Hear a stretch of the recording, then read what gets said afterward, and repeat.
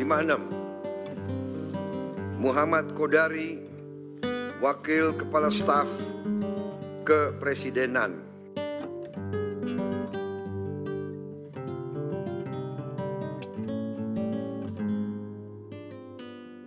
Bismillahirrahmanirrahim. Assalamualaikum warahmatullahi wabarakatuh. Sobat-sobat ngabaring kabar terkabar, semoga selalu dalam keadaan sehat walafiat, serta diberikan rezeki yang halal, berkah, lancar, dan juga banyak. Orang paling depan saat Pilpres hingga saat ini yang menjadi tameng dari Prabowo Gibran, yaitu Muhammad Qodari atau yang akrab disapa dengan Mr. Q dengan khas ketawanya. Mr. Q kini diangkat menjadi Wakil Menteri Kepala Staf Kepresidenan oleh Prabowo. Selamat Mr. Q, perjuanganmu, keringatmu tidak sia-sia. Akhirnya dapat Wakil Menteri. Ya, tapi begitu hebatnya Mr. Q, apalagi kalau kita ngelihat di ILC kemarin 1 lawan 5, luar biasa. Kali ini ada video Mr. Q pertama kalinya menjadi pembicara usai dilantik menjadi Wamen KSP. Kali ini Mr. Q menghadapi Hensat, pengamat nyinyir. Menurut sebagian orang ya, kalau kita lihat komentar-komentarnya pendukung Pak Prabowo ini kan, saat ini nyinyir banget. Ya, mari kita simak aja perdebatan sengitnya dengan Mr. Q. Let's go. Itu yang akan kami bahas di Apa Kabar Indonesia Malam. Di studio TV One sudah ada 3 narasumber kita. Di sini ada Wakil Kepala Staf Kepresidenan, Bang Qodari, Pak Qodari ya. Assalamualaikum warahmatullahi wabarakatuh. Dan juga ada Bang, oh iya, sudah berdasi sekarang. Kalau kemarin masih ke jaket ya, sama kaos. Yang terhormat. Iya, ada Bang. Enggak, jangan dong. Mungkin saya mau tanya dulu ini, karena ini ibaratnya spokesperson-nya dari pemerintahan saat ini. Yang dilakukan oleh Pak Prabowo adalah sesuatu yang berbeda dengan yang dilakukan oleh Pak Jokowi. Pertanyaan rakyat adalah kenapa diambil kebijakan ini, kabinet gemoy, kabinet merah putih, banyak anggota dalam kabinet. Ini buang-buang anggaran atau memang benar-benar gaspol? Pertama, saya tidak mengatasnamakan sebagai jubir ya, karena sudah ada lembaga komunikasi presiden. Nah, jadi ini sebagai pribadi saja sebetulnya. Yang kedua, mengenai Pak Prabowo, saya membacanya begini. Pak Prabowo ini melihat tantangan bangsa kita besar, kemudian permasalahan juga banyak. Strategi atau pendekatan untuk menyelesaikan masalah itu adalah pertama, kementerian yang besar itu dibagi-bagi bidangnya sehingga skopnya lebih kecil. Dan kalau skopnya lebih kecil, maka menteri yang bersangkutan itu bisa lebih konsentrasi. Jadi mudah-mudahan nanti masalah-masalah yang selama ini relatif tidak tertangani akan lebih tertangani. Nah, banyaknya wamen juga saya baca arahnya ke sana. Jadi menteri itu tidak bekerja sendirian, tapi dia banyak yang membantu ya. Kita lihat misalnya di Kementerian BUMN itu ada 3 wamen, ya kita tahu BUMN kita banyak sekali, bidangnya juga bermacam-macam. Kalau belajar dari pengalaman sebelumnya kan tiap wamen itu punya bidang, ada yang bidang keuangan, ada yang lebih kepada infrastruktur. Kebetulan menterinya juga masih sama nih, yaitu Pak Erick Thohir gitu. Jadi saya kira polanya nggak akan berubah banyak. Kemudian Menko juga, menurut saya pengawasan pengendalian itu salah satu yang utama nanti datang dari Menko. Maka Menkonya banyak. Supaya banyak juga, supaya jangan terlalu banyak juga yang dikoordinir dan bisa lebih konsentrasi. Jadi saya melihatnya bahwa justru dengan banyaknya menteri ini supaya bisa lebih tajam dalam menyelesaikan masalah-masalah yang ada. Oke, Bang Hensat, menterinya banyak, wakil menterinya banyak, supaya fokus makanya dibagi-bagi, atau karena banyak maka harus dibagi-bagi? Bagaimana Bang Hensat? Ya, setiap presiden kan punya caranya sendiri ya. Pak Prabowo dengan banyak begini, saya tuh ngebayangin ini konsekuensi kemenangan elektoral. Waktu itu Pak Prabowo kan memang didukung oleh banyak sekali kekuatan gitu ya, termasuk partai politik. Dan di kabinet ini ternyata bukan partai politik yang mendapatkan kursi paling banyak. justru Aki Malam TV One ini lebih banyak mendapatkan kursi. Gitu ya. Ada Maman Abdurrahman, ada Kodari, banyak Orang-orang sekali. TV One semua ya. Ini luar biasa nih, jadi salah juga Turut orang partai politik bagian yang dari paling besar. kesuksesan. Berarti ada yang kelupaan masuk. Iya. Henry Satrio. belum.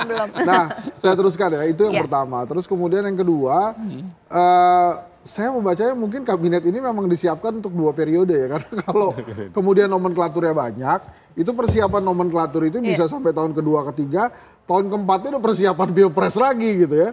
Tapi saya ingin memberikan kesempatan kepada Pak Prabowo untuk menjalankan pemerintahannya, menjalankan kabinetnya. Walaupun memang ada perbedaan antara Pak Jokowi periode pertama dengan Pak Prabowo di periode kedua. Nah, atas dasar saya ingin memberikan kesempatan kepada Pak Prabowo, jadi ya silahkan saja gitu ya dilaksanakan 100 hari pertama nanti kita akan ketemu lagi untuk evaluasi.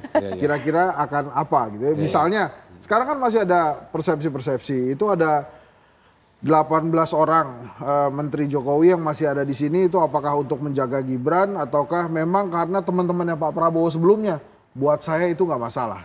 Yang menurut saya mari kita fokuskan, silakan Pak Prabowo buktikan apa yang menjadi keinginan dan visi misi beliau.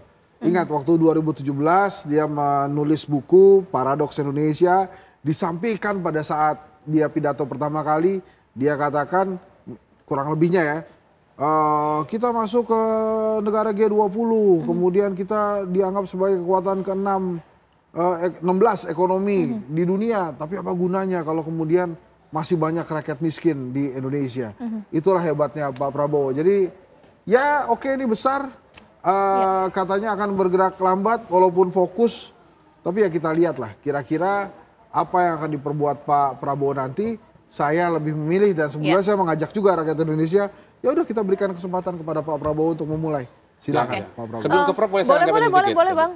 Pertama, terima kasih atas kesempatan diberikan oleh Mas Hensat. Ya. Yang kedua, mungkin belum tentu juga selama seperti yang dibilang oleh Mas Hensat, maksudnya 3 tahun begitu. Belum tentu juga. Hensa Bang, Hensa. Hah? Hensa. Ingat ya pernah kita ngomong. Hensa ya? Hensa ya. Anggo mau agak kemayu. Hensa lebih bagus, lebih keren, lebih gagah. Jadi gini.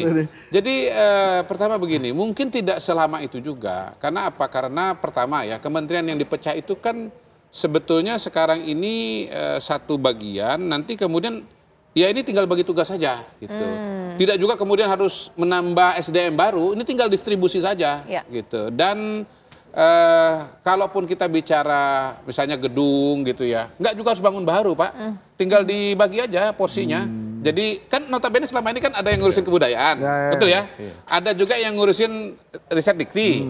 Ya kan teman-teman udah punya. Iya, bagian lantai aja. Beda lantai aja, Nggak, tinggal maksud saya diganti itu aja. kayak nyetak kop surat segala macam. Iya kan kop surat. Tapi kan Iya. artinya gini, kalau kop surat kan jangan disamakan dengan bangun gedung ya kan, baik dari segi biayanya maupun dari segi lamanya, gitu Bang Hensa. Tadi pada saat pertama keluar itu Pak Kodari sebagai wakil KSP, ini yang kedua mulai lagi Kodari waktu itu. Enggak. Jadi emang nggak ada perubahan. Contohnya emang nggak ada perubahan ya Bang. Dari Pak Kodari juga mudah-mudahan sih enggak, mudah-mudahan enggak. Ya, mudah-mudahan enggak. Jadi Hensa dong Memang yang selama ini disampaikan, kalau yang saya sampaikan di luar dengan sekarang di dalam, ya memang ya itu yang saya pikirkan, itu yang saya lihat dan memang begitu analisanya.